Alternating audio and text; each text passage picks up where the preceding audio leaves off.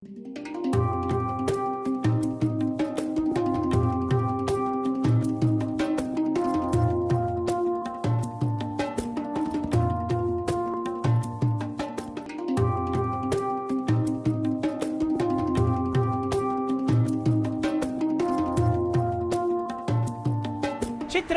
उ लोग ऐसा प्राणी हवन जा जहाँ पर उ लोग के भीतर में अलग अलग प्रकार के कला बाती और उ लोग think out of the box वाले जो अवधारणा बाते उ लोग अपनावेलन जा। सब कोई के नमस्ते और प्रणाम। हुनरबाज कार्यक्रम में आप सब लोगन के शानदार स्वागत बाती। ई बखत हमनी बुआशेरी मौका में हैजा और हैजा परी एगो ऐसा हुनरबाज बाते जेकर नाम है संदीप किनू। उ चित्रकला के संगे संगे मॉडलिंग भी करेलन। तो चला आज ओकर संगे हमनी बात करब जा और ओकर काम देखब जा। तो चल जा। जब बिल्कुल ई वक्त हमनी बुआशेरी मौका में है जा और हमनी के जिन हुनरबाज बाते ओकर नाम है संदीप। सबसे पहले नमस्ते संदीप। नमस्ते अभी। संदीप हमनी के ई बतावा कि संदीप किनू के हवन। मेरा नाम संदीप किनू है। मैं मुका रहता हूँ। मैं एक आर्ट एजुकेटर हूँ और लंदन कॉलेज में काम करता हूँ। मैंने अपना स्पेशलाइजेशन पेंटिंग में किया यूएन से जी। मुझे मॉडलिंग करना पसंद है, साथ ही मैं हाइकिंग और स्विमिंग भी कर लेता हूँ। जहाँ बिल्कुल हमनी के जिन मुख्य मेहमान संदीप किनू उना खाली एगो आर्ट एजुकेटर और आर्टिस्ट माने चित्रकार हवन, बकिर एकर संगे संगे उ मॉडलिंग भी करेलन। संदीप हमनी के ई बतावा कि काहे आप आर्ट की दुनिया में ही प्रवेश कर ले हवा। अलग अलग ढेर चीजें रहेला, काहे आर्ट विजुअल आर्ट ही कर ले हवा, एकर पाछे ओकर कारण का है? En tant qu'étudiant au collège, c'est sujet qui मुझ पे travaille plus bien। जब हम कॉलेज में रहली तब हम आर्ट सब्जेक्ट में काफ़ी माहिर रहली। हमर माँ बाप हमके इस विषय में प्रोत्साहित करत रहलन सा ताकि हमके परीक्षा में अच्छा परिणाम मिले। जब हमके पता चलल कि आर्ट ही हमर सब्जेक्ट बनल तब हम तय कर देली कि हई विषय के हमके अधिक ध्यान देवे के चाहिए। फ्रॉम्स फ्री से ही हम आर्ट में एगो होनहार छात्र रही।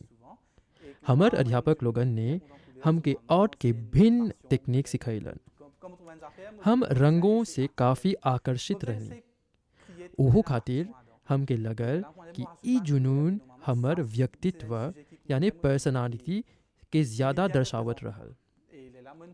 यही वजह से हम अपन जुनून के तनी जस्ती गंभीरता से लेना शुरू करनी और आज यही जुनून हमर काम बन गल।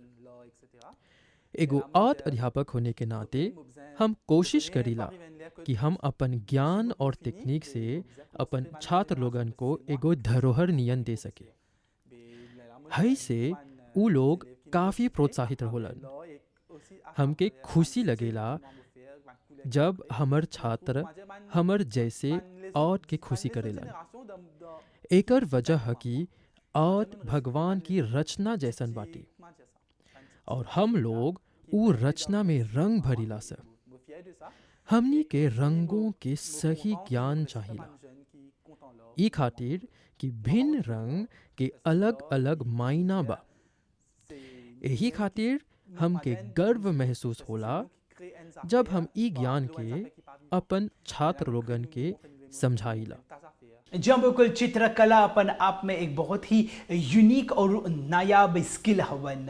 अब हमने के ई बतावा संदीप कि काहे आप आर्ट की दुनिया में ही प्रवेश कर ली हवा, ओकर पाछे ओकर जोन रीजन बाते जोन कारण बाते उ का है? स्टिल आर्ट की मो कोंतान हमके रियलिस्टिक आर्ट पसंद बा। जब कोई भी आर्ट सीखेला तब उके चाहिला रियलिस्टिक आर्ट सीखे के। एकर बाद हमनी सकब जा निर्णय लेवे कि कौन स्टाइल हमनी के आर्टिस्टिक प्रोडक्शन खातिर जस्ती उचित रही। इतिहास साक्षात बा कि आर्ट के डिफरेंट स्टाइल बाटे, परंतु हर कोई की चाहिला अपन यूनिक स्टाइल और आर्टिस्टिक पहचान बनाए के। एगो रियलिस्टिक आर्टिस्ट होने के नाते हम भिन्न आर्टिस्टिक स्टाइल का प्रयोग करीला, जैसे कि वैनी के जरावे का टेक्निक, मोमबत्ती का प्रयोग आदि। आज हमनी एगो कंटेम्परेरी दुनिया में है सब, और हमनी के अपन ओरिजिनलिटी दर्शाए के चाहिला। तब इतिहास से जुड़ल अलग अलग टेक्निक को ध्यान में रखते हुए एगो अलग स्टाइल से अपन आर्टिस्टिक प्रोडक्शन करीला, ताकि जब कोई भी हमर पेंटिंग को देखे तब उनकर मन में ई प्रश्न आए कि ई पेंटिंग कैसे बनल, किस टेक्निक से इकरा बनावल कर आदि। इन सब के बाद हम surrealist पेंटिंग बनाए के शुरू कर ली। एकद मतलब है कि कैसे हम वास्तविक चीज के अवास्तविक बनाइला। उदाहरण में एगो आदमी के चित्र बनाइला सकब जो उड़ता। हई सबसे हम एगो दूसर और यूनिक आर्टिस्टिक स्टाइल पैदा करीला। कबो हम एगो स्टाइल पैदा करीला जिसमें अधिक रंग का प्रयोग न होला। उसे का होला, दर्शक के मन में एगो जिज्ञासा पैदा होला कि ई पेंटिंग कैसे बनल, और ई लोग तुसे आके सवाल करीला। हई सब से कलाकार की पहचान बनेला।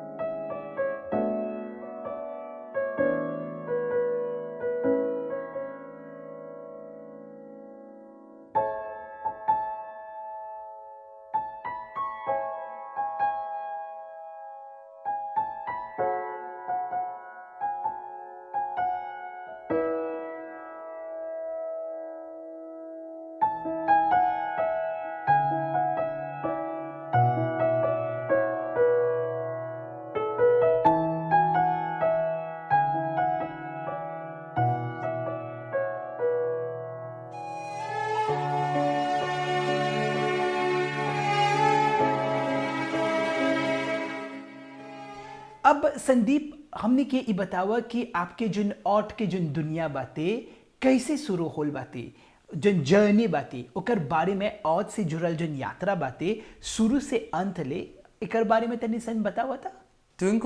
ई सब का सिलसिला लिकुल मातेनिल से शुरू होल बा। वही उम्र में हमके पता चल गए कि हमर आर्ट का स्तर बाकी के लयका से अलग रहल। जब हम कॉलेज में ढुकली तभी हमार अध्यापक लोग बोलत रहलन सा कि हमके इस विषय में जस्ती आगे के बढ़े के चाहिला। फॉर्म 4 में हम आर्ट को एगो विषय नियन में पढ़े शुरू करनी। उस समय हर एगो छात्र के रियलिस्टिक आर्ट सीखे के पड़ल, जिमें परीक्षा में ऑब्जर्वेशनल स्टडी में भाग ले सके। HSA में भी हम आर्ट कर ले रहनी, और उ में हमके एगो प्रोजेक्ट पर काम करे के अवसर मिलल। जे इकोसिस्टम पर निर्धारित रहल। ई प्रोजेक्ट में हम डिफोरेस्टेशन के दर्शावे चाहत रही और संगे संगे ई बतावे के खोजनी उ क्षेत्र में डिफोरेस्टेशन नहीं बा। हई एगो अलगवे स्टाइल के प्रोजेक्ट रहल और हमर खातिर एगो बड़ा ताज्जुब की बात रहल जब हमके पता चलल कि हमर प्रोजेक्ट मॉरिशस में 5वां क्लासे होल बा।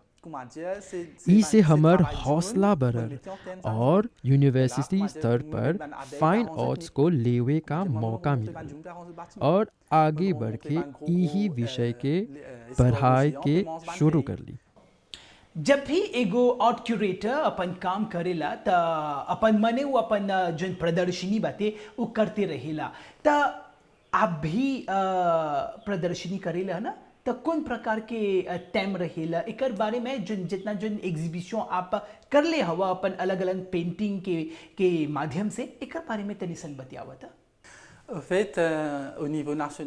राष्ट्रीय स्तर पर हम अलग प्रदर्शनी यानी एग्जीबिशन में भाग लेली, जैसे कि सालों दे में और नेशनल आर्ट गैलरी।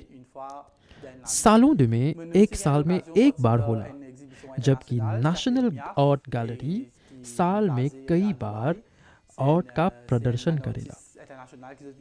अंतर्राष्ट्रीय स्तर पर दुबई में हमके एगो प्रदर्शनी में भी भाग लेवे के मौका मिला, जो मॉरिशस इंटरनेशनल आर्ट फेयर यानी कि म्याफ द्वारा आयोजित होवेला।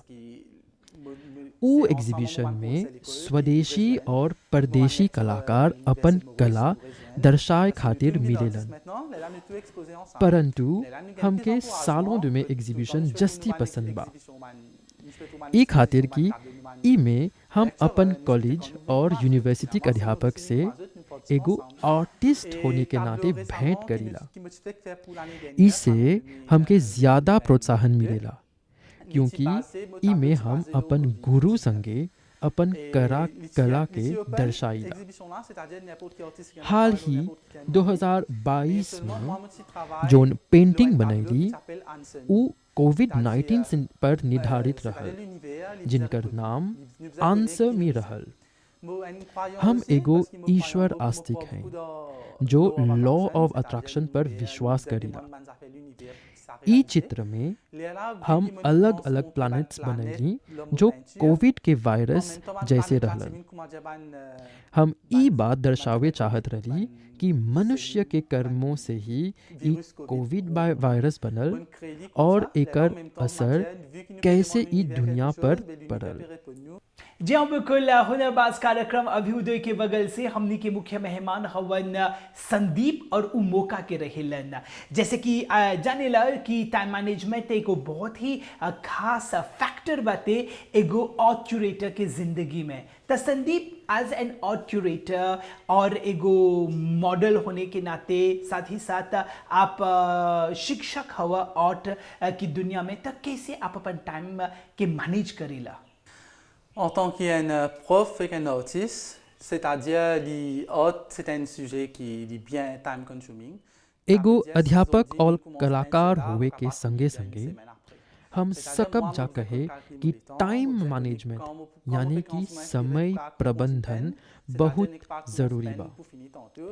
आर्ट एगो ऐसन विषय बा जे बहुते समय लेवेला। ई हम पर निर्भर रहेला कि कब हम अपन पेंटिंग के शुरू करब और किस समय हमके प्रेरणा मिली, जेमे हमके एक्सपेक्टेड परिणाम मिले। जब हम अध्यापक के काम समाप्त करीला तब हम घर लौटीला। एकर बाद हम कबो कोनो छात्र के ट्यूशन्स देला। ई सब में हमरा चाहिला मॉडलिंग खातिर भी समय निकाले के। जनता से कबो पेंटिंग्स के ऑर्डर्स भी मिलेला। है सब में हमके समय निकाले के चाहिला। हमके समय निकाले के चाहिला। ई खातिर की हमके एगो योजना यानी प्लानिंग बनाए के चाहिला, जे जनता से कौनो शिकायत न मिले।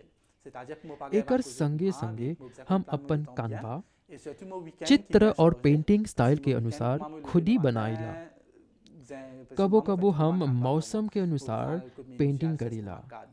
अगर घमा रही पेंटिंग में जस्ती पानी का प्रयोग करीला। अगर मौसम खराब बा त जस्ती एक्रिलिक का प्रयोग करब और कबो कबो हम पेंचुया आलमील का प्रयोग करीला। हमके चाहिला अपन ग्राहक लोग के ई सब के बारे में जनाए के। अब संदीप, आपकी सोर्स ऑफ इंस्पिरेशन जेकरा हमनी प्रेरणा स्रोत बोलीला सा, ई के हवन और काहे? ई सब का सिलसिला कॉलेज से शुरू हो। उस समय हमर संगे अलग अलग अध्यापक काम करत रहलन सा, परंतु एगो ऐसन अध्यापिका रहल जे हमके खूबे प्रेरित करलन और उनकर नाम है श्रीमती आपादू। ऊ आके हमके भिन्न आर्टिस्टिक स्टाइल सिखैलन और अपन कक्षा के रोचक बनावत रहल। जब हम यूनिवर्सिटी जाए लगनी तबो हम श्रीमती आपादू से कबो कबो सलाह पूछत रही। एकर आर्टिस्टिक स्टाइल से प्रेरित होकर हम अपन खुद के आर्टिस्टिक स्टाइल बनाए लगनी। ई सब के बावजूद हम खुदे से प्रेरित होला। हम खुद पे भरोसा करीला और एगो ऐसन तरीके से अपन कला अभिव्यक्त करीला जे कोई भी आके बोली कि ई है संदीप की रचना। हम अपन रंगों से अपन पहचान बनाइला और जनता के ई पर राय बनाए के छोड़ देवेला।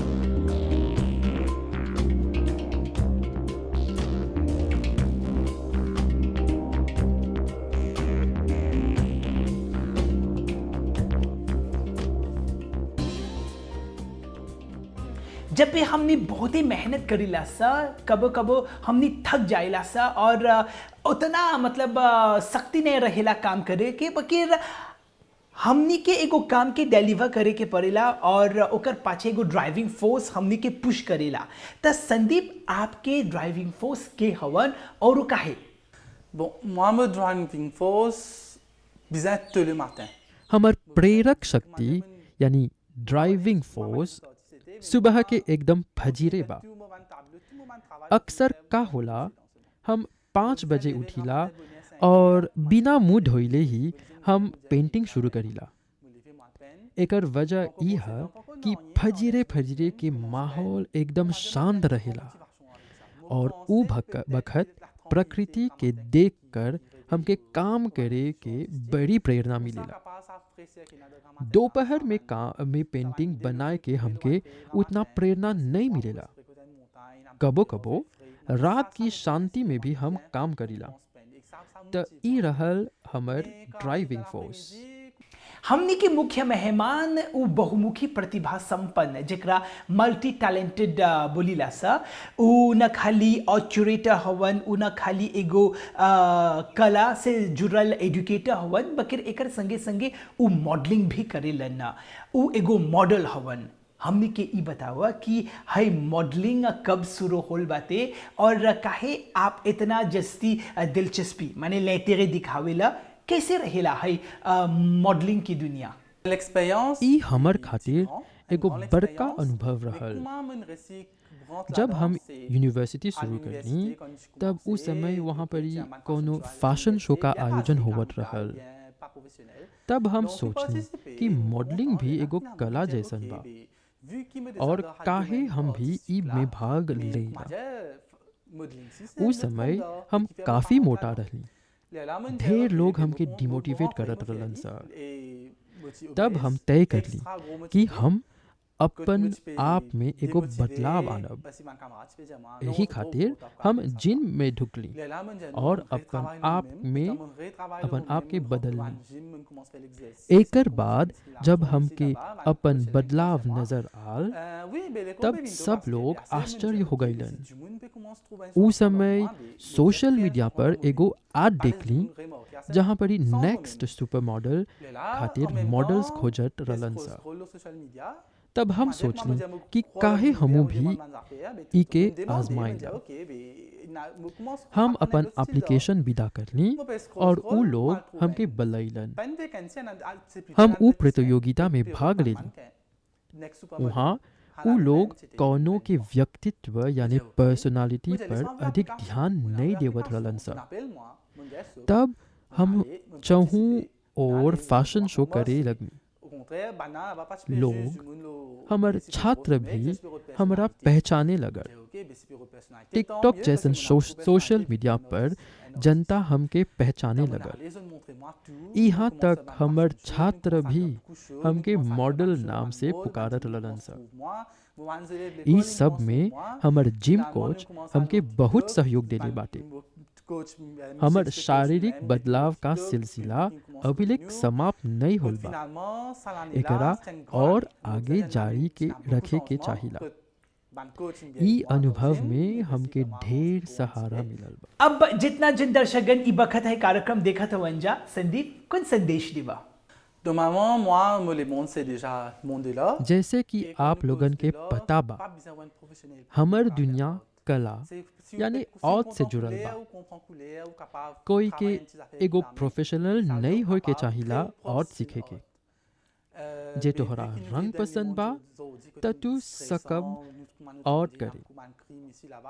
आज हमनी एगो तनाव और क्राइम यानी अपराध से भरल दुनिया में है सा। ढेर कोई जना ई जीवन से हताश यानी फ्रस्ट्रेटेड बाटे।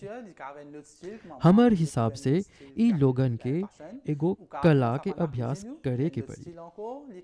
ई कला मॉडलिंग, पेंटिंग, कुकिंग आदि के रूप सकब जालेवे। हम लोगन के एगो कला अपनाए खातिर प्रोत्साहित करब। हई सबसे का होला? आप एगो स्ट्रेस फ्री जीवन बिताने में सकब जा सफल होवे।